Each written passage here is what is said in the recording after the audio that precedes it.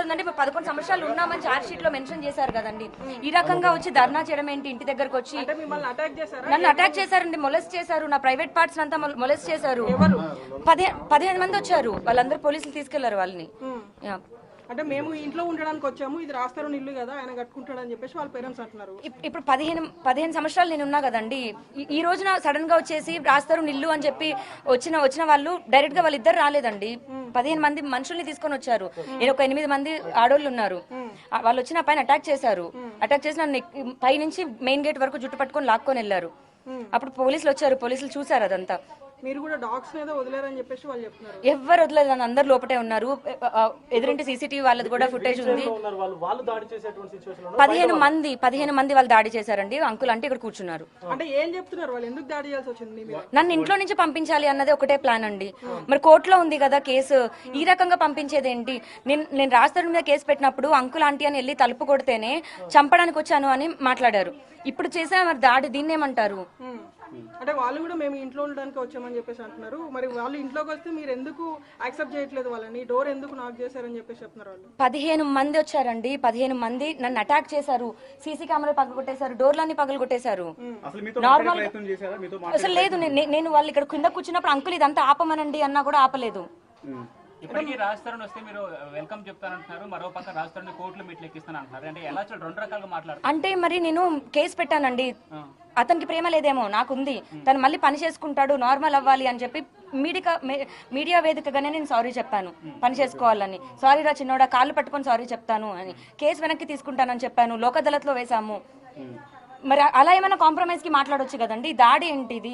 అంటే హీరో అయిపోతే ఇంకా ఏది చేసినా నడుస్తుందా? ఈ ఇంటి నిర్మాణంలో మీరేం డబ్బులు ఖర్చు పెట్టాలని చెప్పి వాళ్ళ పేరెంట్స్ చెప్తున్నారు. ఎంత ఖర్చు పెట్టారు? 16 సంవత్సరాలు మేము సహజీవనం ఉన్నామండి. 2014లో మేము పెళ్లి చేసుకున్నాము. అదంతా నిజం. ఈ రోజున సొంత ఇల్లు వచ్చింది కదా, కోటిన్నర ఎంతో పెట్టుకున్న ఇల్లు, 12 కోట్లు అయిందని ఒకే ఒక్క కారణంతో, డబ్బుల గురించి మాత్రమే. మరి 11 సంవత్సరాలు నేను ఉన్నాను కదా మనిషిని, నా ఎగ్జిస్టెన్సే లేదు అంటే ఎలా? ఇప్పుడు అదే డబ్బుల కోసం 12 కోట్ల మీరు ఇక్కడ ఉంటున్నారంటే వాళ్ళు చెప్తే మీరేం చెప్తారు? ఏమని ప్రూవ్ చేసుకోగలనండి నేను? ఎలా ప్రూవ్ చేసుకోవాలి? ఆ డాక్యుమెంట్స్ కూడా మేము వేరే వాళ్ళ దగ్గర పెట్టే లోన్ తీసుకున్నామండి. ఆ ఇల్లు కూడా ఇంకా అవన్నీ పర్సనల్స్ ఇది అవుతాయి మా తరపున. మరి ఇప్పుడు 11 సంవత్సరాలు నా జీవితాన్ని రాస్తారు ఇవ్వమనండి.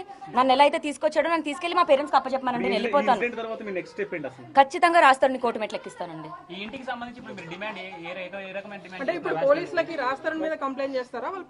ఇక్కడ ఏం జరిగిందో దానిపైన కంప్లైంట్ చేస్తాను.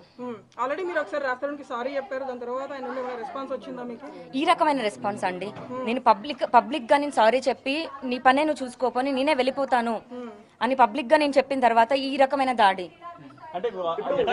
వాళ్ళ ఇంట్లో అవును ఎవరో ఒక చిన్న అబ్బాయి వీడియో కాల్ లో ఉన్నాడు, లాగండి దాన్ని బయటికి అని అంటున్నాడు వీడియో కాల్ లో రాజ్ తరుణ్. అండ్ ఆ 10 మంది వచ్చిన వాళ్ళందరూ ఫోన్స్ రికార్డ్ చేశారండి. దయచేసి ఆ డేటా చూసి నన్ను ఎంత అసభ్యకరంగా లాగారు, రాజ్ తరుణ్ పేరెంట్స్ వస్తే నేను రానివ్వలేదా, లేకపోతే దాడి చేసి నన్ను బయటికి లాగారా అన్నది నిజంగా అందరూ చూడాలి. ఇప్పుడు రాజ్ తరుణ్ పేరెంట్స్ అంటే మీకు అత్తమామ అని చెప్తున్నారు. అత్తమామ వచ్చినప్పుడు మరి ఎందుకు లోపలికి మీరు ఇన్వైట్ చేయలేదు, వాళ్ళని ఎందుకు బయట ఉంచారు? చెప్తున్నానండి, రాజ్ తరుణ్ ఇదంతా తప్పుగా మ్యానిపులేట్ చేయొద్దు దయచేసి. రాజ్ తరుణ్ వాళ్ళ పేరెంట్సే వచ్చి ఉంటే నేను తెలియని వాళ్ళనే రానిచ్చి అన్నం పెట్టి పంపిస్తాను. నేను రాజ్ తరుణ్ పేరెంట్స్ మాత్రమే రాలేదు, 15 మంది దుండగుల్ని తీసుకొని వచ్చారు, అది నిజం. పొద్దున ఒక 11:30-12 ఏమో అండి, ఒకేసారి చాలా మంది ఆడవాళ్ళు లోపలికి వచ్చేసారు. ఫస్ట్ మా తమ్ముడి పైన అటాక్ చేశారు. వెళ్ళి తలుపు వేసుకుంటే తలుపు పగలగొట్టారు. మెయిన్ డోర్ దగ్గర నుంచి సీసీ కెమెరాస్ తీసుకుంటూనే వచ్చారు. మరి ఓన్లీ వృద్ధులు వస్తే ఎలా పగలగొడతారండి? నేను మా అత్త మామ వచ్చే వద్దు అనే మనిషిని అయితే కాదు. మీకు రికార్డింగ్ కూడా పంపిస్తాను. 20 days ఎగో నేను కాల్ చేసి బ్లాకులు పెట్టారు కదా, నా ఫ్రెండ్తో చెప్పించాను. అంటే అంకుల్ పని రాజు లేట్గా వస్తారేమో, మీరు రండి మనం కలిసి ఉందాము అని. మేము ఆలోచించి చెప్తామమ్మా అన్నారు. అలా నార్మల్గా వచ్చి ఉంటే నేను ఎందుకు ఆహ్వానించను? నా పైన దాడి జరిగిందండి. అండ్ ఇప్పుడు మీరు చూస్తున్న దాంట్లో కూడా గేటెడ్ కమ్యూనిటీలోకి ఇంతమంది వీళ్ళు వచ్చి ఇప్పుడు లావణ్య ఏం తప్పు చేసింది అని నా పైకి ఇంత అటాకులు చేసుకుంటూ వచ్చారు. మరి కోర్టులో ఉంది కేసు, కోర్టు తీర్పు ఇవ్వలేదు కదా ఏ ఒక్కటి కూడా. వెళ్ళమనో లేకపోతే లావణ్య తప్పుడుది అని మాట్లాడితే చండాలమైన మాటలు మాట్లాడుతున్నారు. డ్రగ్స్ అని, ప్రాస్టిట్యూషన్ అని. ఇంకా బతకనివ్వకుండా చేస్తే ఇంకేం చేయాలి? నన్ను ఇంట్లో నుంచి పంపించేయడానికి గ్రూప్ అంతా ఫామ్ అయిపోయి వచ్చారండి. ఒక ప్లాన్ ప్రకారం వచ్చారు. ప్లాన్ ప్రకారమే వచ్చారు. ఒకరి తర్వాత వాళ్ళ ఇంటికి వాళ్ళు ఎత్తుంటే ఎవరు ప్లాన్ ప్రకారమే వచ్చారు. అందరూ ఒకరి తర్వాత ఒకరు వచ్చి ఇది చేశారు. ఇప్పుడు అమ్మాయి అబ్బాయి జీవనం స్టార్ట్ చేసిన తర్వాత అబ్బాయి పేరు మీద ఉందంటే ఇంట్లో ఆడదాని మీద లేనట్ట అండి. 11 సంవత్సరాలు ఒక రూఫ్ కింద ఉన్న మనుషులం మేము. ఒక 7-8 కిరాయి ఇల్లు మారిన తర్వాత ఇది తీసుకోవడం జరిగింది. తీసుకున్నప్పుడు 1.5 కోటి ఎంతో, ఇప్పుడు 12 కోట్లు ఇదైంది.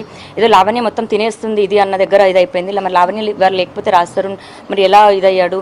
నేను పిలిచాను హైదరాబాద్, తను షార్ట్ ఫిల్మ్స్ చేసేటప్పుడు కలిసి ఉన్నాం. మేము 2014లో పెళ్లి చేసుకున్నాము. ఆ రోజు నుంచి ఈ రోజు దాకా మరి ఇంత కాంట్రవర్సీలో ఇప్పుడు అవుతున్న ఇది ఉంటే లావణ్య గురించి ఎప్పుడో బయటికి రావాలి కదా. ఎందుకు 1.5-2 ఇయర్స్ నుంచి నన్ను వదిలించుకోవాలి అన్న ప్లాన్లోని ముందు నుంచి ప్లాన్ వేసుకుంటూ వస్తున్నారు. నేను తిరిగి డిఫెండ్ ఒక్కదాన్నే చేసుకుంటున్నాను. దయచేసి నాకు సహాయం కావాలి. నేను ప్రేమించిన మనిషిని మనస్ఫూర్తిగా బయటకు వచ్చి రాస్తారునికి సారీ చెప్పడం జరిగింది. తను నార్మల్ లైఫ్ లీడ్ చేసుకుంటాడేమో అన్న ఒక దగ్గర, పోనీ నా దగ్గరకు వచ్చి ఉండు అని కూడా కాదు, నార్మల్ లైఫ్ లీడ్ చేసుకొని మళ్ళీ సినిమాలు చేసుకుంటాడేమో అని ఒక్క కోరికతో నేను పబ్లిక్గా నేను సారీ చెప్పడం జరిగింది. కానీ ఈ దాడి నాకు తిరిగి ఇస్తారనైతే నేను అనుకోలేదు.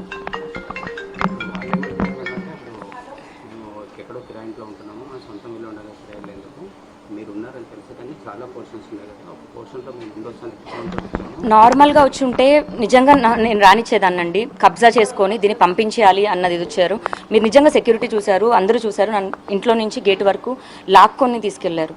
మాట్లాడడం జరగలేదు, దాడి జరిగిందండి. కంప్లైంట్ ఇప్పుడు ఇవ్వడానికి వెళ్తున్నాను. మాకు సీసీటీవీ ఫుటేజ్ కూడా వస్తుందండి. కంప్లైంట్ ఇస్తాము ఖచ్చితంగా. దీని వెనకాల ఇప్పుడు ఎంతమంది ఉండి ప్లాన్లు ఉన్నారో వాళ్ళందరినీ కోర్టులో కేసు ఉంది, కోర్టులో ప్రూవ్ చేసుకోవాలి. ఒక్కదాన్ని ఉన్నాను అని దాడి చేయడం అయితే కరెక్ట్ కాదు. ఇంకంతకు మించి ఏం చెప్పలేనండి.